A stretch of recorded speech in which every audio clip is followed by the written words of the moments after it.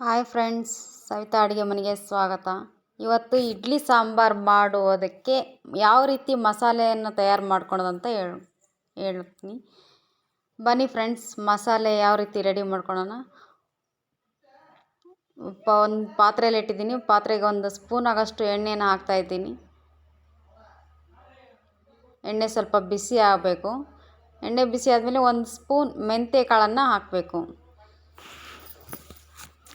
ನೋಡಿ, ಒಂದು ಸ್ಪೂನ್ ಮೆಂತ್ಯ ಕಾಳನ್ನ ಹಾಕ್ತಾಯಿದ್ದೀನಿ. 2 ಸ್ಪೂನ್ ಉದ್ದಿನಬೇಳೆ ಹಾಕಬೇಕು.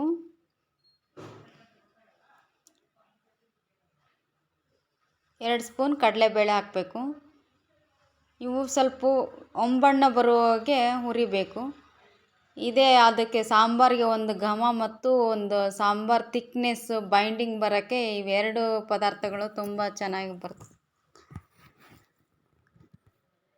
ಕಡಲೆಬೇಳೆ ಉದ್ದಿನಬೇಳೆ ತುಂಬ ಟೇಸ್ಟಿಯಾಗಿರುತ್ತೆ. ಮತ್ತು ಇದ್ರ ಜೊತೆ ಕೊಬ್ಬರಿ ಕಡಿಮೆ ಹಾಕಿದ್ರೂ ನಡಿತೈತಿ. ಇದು ಸ್ವಲ್ಪ ಕೆಂಪಗಾಗಿ ಹೊಂಬಣ್ಣ ಬಂದಿದೆ ನೋಡಿ ಇಲ್ಲಿ. ಇದಾದಮೇಲೆ ನಾವು 3 ಸ್ಪೂನನ್ನು ಜೀರಿಗೆಯನ್ನು ಹಾಕಬೇಕು. ಜೀರಿಗೆ ತುಂಬ ಘಮ ಮತ್ತು ಟೇಸ್ಟಿ ಕೂಡ ಕೊಡ್ತೈತಿ. ಸ್ವಲ್ಪ ಫ್ರೈ ಮಾಡ್ಕೋಬೇಕು. ಆಮೇಲೆ ಧನಿಯಾ 6 ಟೇಬಲ್ ಸ್ಪೂನ್ ಧನಿಯಾ ಹಾಕಬೇಕು. ಇದಕ್ಕೆ ಅಂದರೆ ಕೊತ್ತಂಬರಿ ಕಾಳನ್ನು ಹಾಕಬೇಕು. 6 ಟೇಬಲ್ ಸ್ಪೂನು. ಸರಿಯಾದ ಕ್ರಮದಲ್ಲಿ ಸರಿಯಾಗಿ ಮಸಾಲೆ ಪದಾರ್ಥನ ಹುಡ್ಕೊಂಡು ಸರಿಯಾದ ಇದರಲ್ಲಿ ಹುರ್ಕೊಂಡು ಮಾಡಿದರೆ ತುಂಬ ಚೆನ್ನಾಗಿ ಬರ್ತದೆ ಮಸಾಲೆ ಪೌಡ್ರು. ಘಮ ಮತ್ತು ರುಚಿಗೆ ತಕ್ಕಷ್ಟು ಕರಿಬೇವನ್ನು ಹಾಕಬೇಕು. ಪೌಡ್ರ್ ಮಾಡೋವಾಗೆ ಕರಿಬೇವು ಹಾಕೊಂಡ್ರೂ ತುಂಬ ಚೆನ್ನಾಗಿ ಸ್ಮೆಲ್ ಚೆನ್ನಾಗಿ ಬರುತ್ತೆ.